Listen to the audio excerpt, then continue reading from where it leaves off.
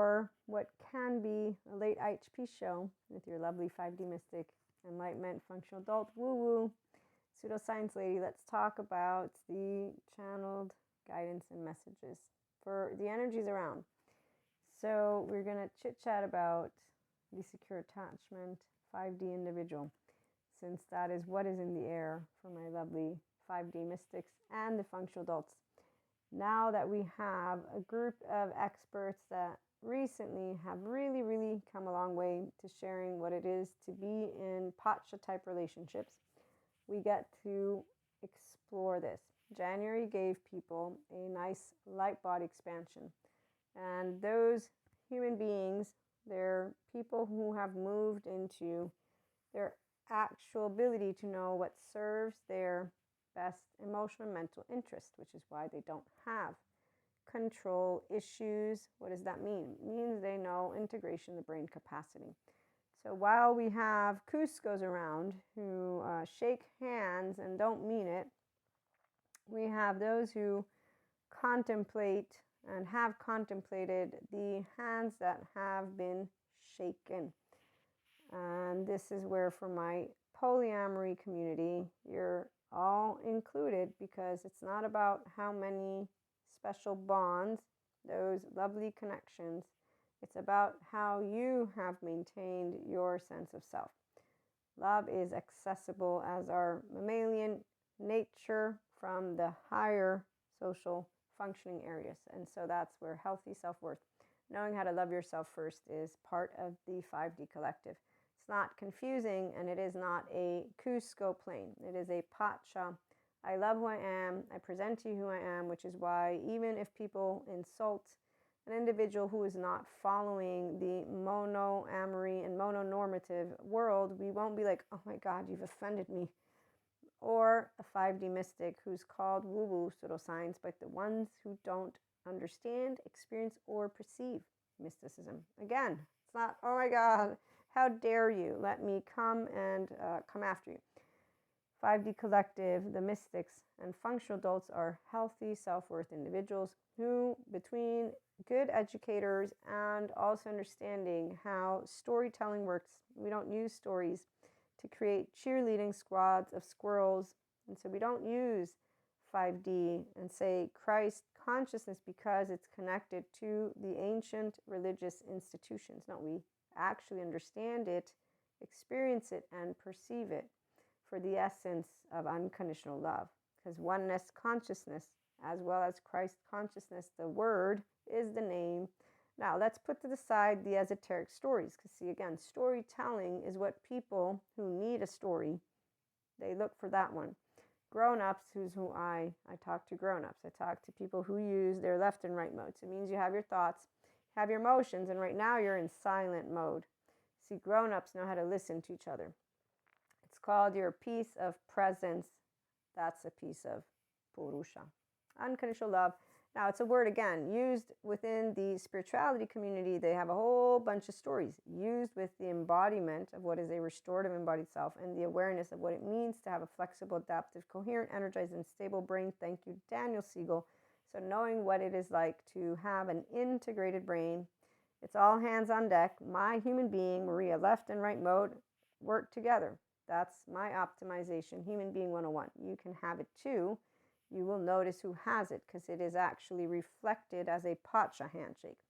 It's I am consistently, not just sometimes, I am consistently demonstrating to others through my interactions and my mouth. It doesn't matter if I get passionate. See, the whole somatics, they will teach you about the angry Buddhist. It's not because you have to be Buddhist. It's a person who's meta-aware, who has integration of the brain.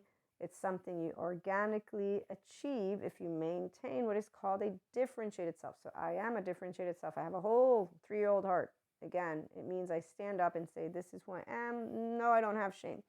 This is why spirituality process doesn't do social good behavior. So here's where spirituality, spiritual, human elements, integrating it to say, human 101, healthy self-worth is, I don't need to filter my mouth. If you say, oh my God, how dare you? I'll be like, wow. Okay, one, I'm so sorry. And I'm immediately going to just put my hands there. And then I'm going to say, as an adult, Do you want to keep talking to me? Because I can leave now. I don't have to wait around. And that is it. And you're done. That's how secure attachment, healthy self-worth people work. So when we, again, whether you're polyamory, monoamory, mystic, not mystic, woo-woo, pseudoscience, you can better bet throughout my 44 years of life, I've had plenty of interesting interactions I share on the podcast. And when I've had people who have gotten reactive, which today I know, thank you, Stephen Porges, is their biological rudeness, it's their unresolved trauma, it's their actual inner child charge state, their maladaptive self. They're walking around like they own a room. Let's see, you can only own a room when you're walking around with healthy self-worth. Because that's the minute that you're actually walking and you're embracing all that is around you. FYI, Christ consciousness again.